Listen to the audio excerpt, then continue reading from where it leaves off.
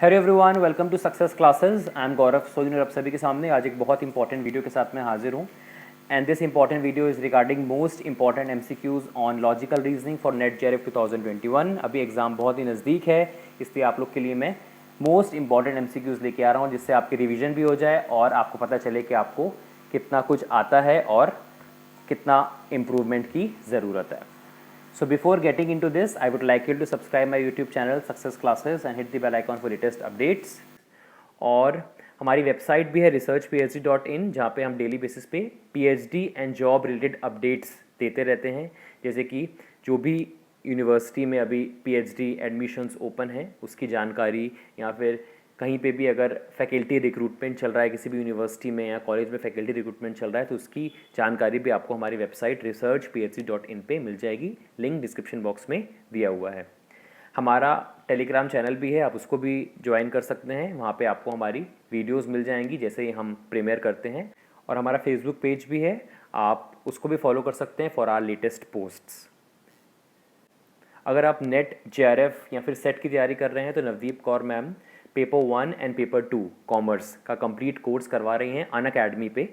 और नवदीप कौर मैम की special classes भी होती हैं रात के 10 बजे डेली अनअकैडमी पे, तो आप उनको ज़रूर फॉलो कर लीजिए फॉर बेस्ट रिजल्ट्स। और नव क्लासेस यूट्यूब चैनल भी सब्सक्राइब कर लीजिए, लिंक डिस्क्रिप्शन बॉक्स में दिया हुआ है। वहाँ पे भी डेली बेसिस पे आपको नॉलेजेबल कंटेंट और मोटिवेशन मिलती रहती है।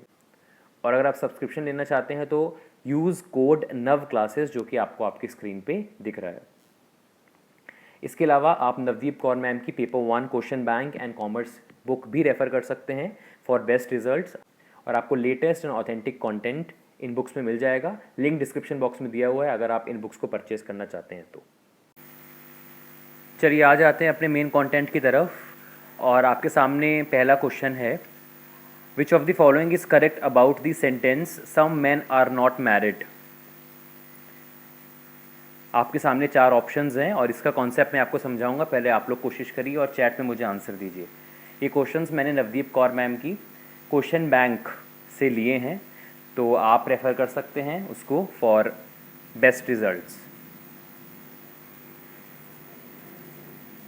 सम मैन आर नॉट मैरिड, इसमें से पहले तो आपको ये पता होना चाहिए कि सब्जेक्ट कौन सा है, प्रेडिकेट कौन सा है। This is subject and this is predicate, ठीक है। सम मैन, राइट, सम मैन जो है ये अनडिस्ट्रीब्यूटेड है। जैसे जैसे क्वेश्चंस आएंगे आपको और क्लियर होते जाएंगे। आज बहुत से क्वेश्चंस मैंने इसके ऊपर लिए हैं। एंड जहाँ पे भी नॉट है, नॉट मैरिड, वो हो जाएगा डिस्ट्रीब्यूटेड, राइट। जैसे कि अगर सपोज लिखा हुआ है सम मैन आर मैरिड, नॉट नहीं लिखा होता तो दोनों क्या हो जाते हैं, अनडिस्ट्रीब्यूटेड। लिखा होता है नो मैन आर मैरिड, तो वो भी क्या हो जाता है, दोनों डिस्ट्रीब्यूटेड हो जाते हैं। जहाँ पे भी नो आ रहा है, जहाँ पे भी नॉट आ रहा है, वो क्या है, वो है distributed. All man are married, अगर ऐसा कुछ लिखा है ऑल मैन आर मैरिड, तो ऑल वाला जो पार्ट रहेगा वो हो जाएगा आपका डिस्ट्रीब्यूटेड, और आर मैरिड जो हो जाएगा दैट इज अनडिस्ट्रीब्यूटेड, राइट। मतलब प्रेडिकेट अनडिस्ट्रीब्यूटेड हो जाएगा और सब्जेक्ट हो जाएगा distributed in case of this particular case, all man are married, right. तो इसका आंसर आपको पता चल गया होगा। The predicate is distributed, subject तो डिस्ट्रीब्यूटेड है ही नहीं, सब्जेक्ट जो है वो अनडिस्ट्रीब्यूटेड है बिकॉज सम आ रहा है, right. Both subject and predicate are distributed, नहीं, neither subject nor predicate is distributed, ऐसा भी नहीं है। एक जो है that is you can say undistributed and जो प्रेडिकेट है that is distributed. Subject is undistributed and predicate is distributed, right. No not distributed, all भी डिस्ट्रीब्यूटेड, बाकी सम आ रहा है, कुछ सम के साथ कुछ आ रहा है, जैसे कि सम मैन आर मैरिड, जैसे मैंने आपको बताया, वो भी क्या हो जाएगा, वो भी दोनों अनडिस्ट्रीब्यूटेड हो जाएंगे। आगे क्वेश्चंस आएंगे, आपको और प्रैक्टिस हो जाएगी। Some teachers are not sincere is an example of which category of preposition. आपने ए, ई, आई और ओ इसका कॉन्सेप्ट पढ़ा होगा, राइट। तो ए क्या है, ए बोल रहा है आपको, जैसे कि एक क्वेश्चन ले लिया हमने, all teachers are sincere, all teachers are sincere. E क्या बोल रहा है, no teachers are sincere. I क्या बोल रहा है, सम टीचर्स आर सिंसियर।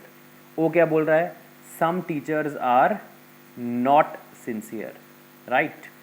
तो ये जो ए है ये है universal affirmative, affirmative means positive. ये ए क्या है, this is universal affirmative. E क्या है, यूनिवर्सल नेगेटिव। आई क्या है, पर्टिकुलर अफर्मेटिव। और ओ क्या है, पर्टिकुलर नेगेटिव, राइट। अब आप बताओ ये कौन सा केस है, सम मैन आर नॉट मैरिड, ये ओ का केस है, मतलब इसका आंसर क्या है, particular negative. Is it clear? Some animals are not harmful is an example of which of the following types of preposition. अब आप बताइए, इसका कॉन्सेप्ट मैंने आपको बता दी। बहुत ईजी क्वेश्चन होते हैं, छोटी छोटी गलतियों की वजह से या हमें नहीं आता हम गवा बैठते हैं और हमारे हाथ से मार्क्स निकल जाते हैं, राइट। तो अगर हमें ये क्वेश्चंस पता चल जाएं जो कि बहुत इजी हैं तो हम बहुत अच्छी तरीके से इसका सॉल्यूशन जो है कर सकते हैं और सही आंसर मार्क कर सकते हैं। Some animals are not harmful,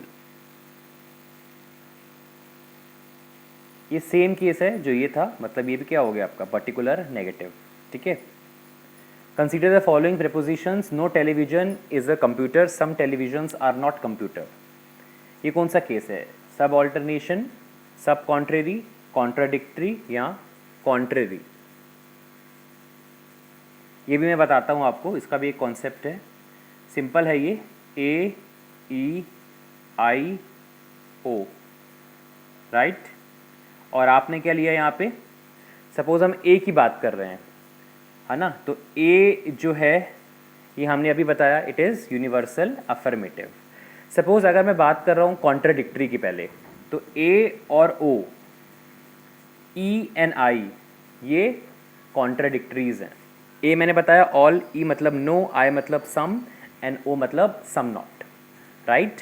तो ये जो केस है क्रॉस वाला, it is of contradictory, right. अब इसके अलावा सपोज नेक्स्ट कोई केस है आपका, यहाँ पे दूसरा कलर ले लेते हैं। नेक्स्ट केस हम मान लेते हैं कि कॉन्ट्रेरी का है, कॉन्ट्राडिक्शन के बाद हम चल जाते हैं कॉन्ट्रेरी की तरफ। कॉन्ट्रेरी क्या बोलता है, कॉन्ट्रेरी बोलता है कि A and E both can not be true together, can not be true together but can be false together. दोनों एक साथ ट्रू नहीं हो सकते। सपोज अगर ये ट्रू है तो ये फॉल्स होगा, राइट, क्योंकि दोनों एक साथ ट्रू नहीं हो सकते। और सपोज अगर ये फॉल्स है तो क्या हो सकता है, ये डाउटफुल हो जाएगा, बिकॉज ये ट्रू भी हो सकता है और फॉल्स भी हो सकता है। Is it clear? तो आपको पता होना चाहिए कॉन्ट्रेरी का केस, कॉन्ट्रेरी बोलता है both, I am talking about this A and E, both can not be true together but can be false together.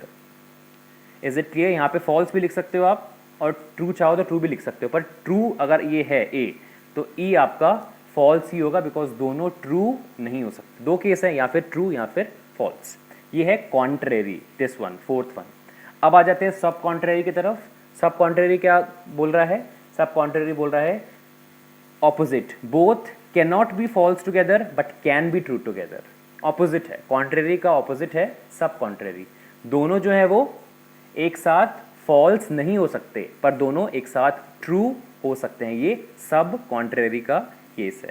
मतलब अगर मैंने यहाँ पे बोला आई जो है आपका ये फॉल्स है तो यहाँ पे ये ट्रू ही होगा। ऊपर क्या था, अगर फॉल्स होता कॉन्ट्रेरी में तो डाउटफुल हो जाता, और यहाँ अगर ट्रू है तो ये हो गया डाउटफुल। एक तरीके से ऑपोजिट केस है। ये क्या है, दिस इज कॉल्ड सब कॉन्ट्रेरी, दिस इज सब contrary and this is contrary. अब सब ऑल्टरनेशन क्या होता है, सब ऑल्टरनेशन बोलता है, यहाँ थोड़ा सा अपन इसको मिटा देते हैं बिकॉज हम अच्छे से समझ पाएँ। सपोज ए जो है, ए अगर ट्रू है तो आई जो है ये भी ट्रू होगा। Truth downwards, is it clear? अगर ए ट्रू है तो आई भी ट्रू ही होगा, ठीक है। ऐसे ही अगर ई ट्रू है तो आपका ओ भी ट्रू ही होगा, बिकॉज ट्रूथ डाउनवर्ड्स होता है। अगर सपोज आई ट्रू है तो ए डाउटफुल होगा, हमने ट्रुथ डाउनवर्ड की बात की है, ट्रुथ अपवर्ड की बात नहीं की है। Is it clear? ए है तो हम आई को क्या बोलेंगे, अगर ए ट्रू है तो आई भी ट्रू, ई ट्रू है तो ओ भी ट्रू। अगर सपोज यहाँ पे आई फॉल्स है, ये जो आई है इट इज सपोज फॉल्स, आई मतलब सम जो है एक तरीके से फॉल्स है, तो उस केस में फॉल्स अपवर्ड भी फॉल्स होगा। फॉल्स अपवर्ड क्या हो जाएगा, फॉल्स, राइट। तो ट्रुथ डाउनवर्ड, फॉल्स अपवर्ड, और अगर फॉल्स डाउनवर्ड करोगे तो क्या हो जाएगा, वो डाउटफुल। Is it clear? तो ये कुछ कॉन्सेप्ट्स हैं जो आपको पता होने चाहिए। इसके ऊपर मैंने बहुत से MCQs जब करवाए थे तो ये समझाया था मैंने, और आप नीचे एक प्लेलिस्ट दी हुई है एक्सपेक्टेड MCQs की, उसको ज़रूर देख लीजिएगा। उसमें कुछ मोस्ट इम्पॉर्टेंट MCQs मैंने करवाए हुए थे जब लास्ट ईयर 2020 में जो है नेट JRF हुआ था, तो वो भी बहुत रेलिवेंट वीडियोस हैं, आप उसको भी देख सकते हैं, लिंक डिस्क्रिप्शन बॉक्स में दिया हुआ है। Is it clear? अब मुझे बताइए नो और सम नॉट, ये जो केस है, अच्छा ये है क्या, दिस इज सब ऑल्टरनेशन। जब आप ए से आए, ई से ओ, या फिर आई से ए, ओ से ई, ऐसे जब आप कर रहे हो ऊपर से नीचे, नीचे से ऊपर, तो ये क्या होता है, this is called sub alternation. इसका करेक्ट आंसर क्या है, इसका करेक्ट आंसर है sub alternation. Is it clear? So no और सम नॉट है, मतलब ये किसका केस था, ये केस था ई का और ओ का, राइट। तो ये एक तरीके से जो केस है it is known as subalternation. इसके बाद नेक्स्ट क्वेश्चन है, in terms of relationship indicated below which word will correctly pair to replace the question mark. Worse, bad, doting का क्या होगा? ऐसे कई बार बीच में मुझे याद आया, ऐसे कई बार पूछते हैं लोग कि सर सुपर ऑल्टरनेशन क्या होता है। जब ओ से ई निकालोगे तो सुपर ऑल्टरनेशन हो जाएगा, ई से आई निकालोगे तो सब ऑल्टरनेशन हो जाएगा। ठीक है, पूरा मैंने एक कवर करा दिया। आपको मुझे ये बताना है कि यहाँ जो क्वेश्चन मार्क है, डॉटिंग में जो क्वेश्चन मार्क है, इसको आप किससे रिप्लेस करोगे, रेवरेंस, फॉन्ड, हेट या डिसलाइक?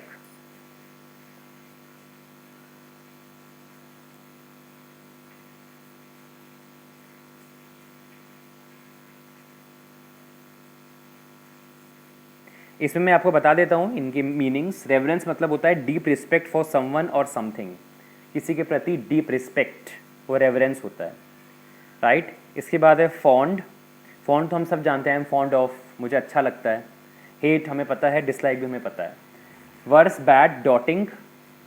डॉटिंग का मतलब होता है extremely and uncritically fond of someone, adoring, किसी के प्रति बहुत ज़्यादा, आप किसी को बहुत एडोर करते हो, आपको कोई चीज़ बहुत पसंद आ जाती है, extremely fond of. I am extremely fond of coffee, right. तो फॉन्ड तो आ ही रहा है, ऑप्शन 2, तो इसका आंसर फॉन्ड है। ठीक है, तो आपको मीनिंग्स पता होने चाहिए इसके। Given below is a preposition, Mahatma Gandhi is called father of nation, ये क्या है? क्लासिकल कैटेगरियल प्रपोजिशन आपको बताना है, यूनिवर्सल अफर्मेटिव या फिर पर्टिकुलर अफर्मेटिव, बोथ या नीदर। बोथ और नीदर तो जो है ऐसे क्वेश्चंस में रेयर ही होते हैं, नीदर हो सकता है, बोथ तो एक साथ नहीं हो सकते, यूनिवर्सल और पर्टिकुलर। आपको मुझे बताना है इसका करेक्ट आंसर। जब कुछ नहीं लिखा होता तो वो क्या बन जाता है, ऑल।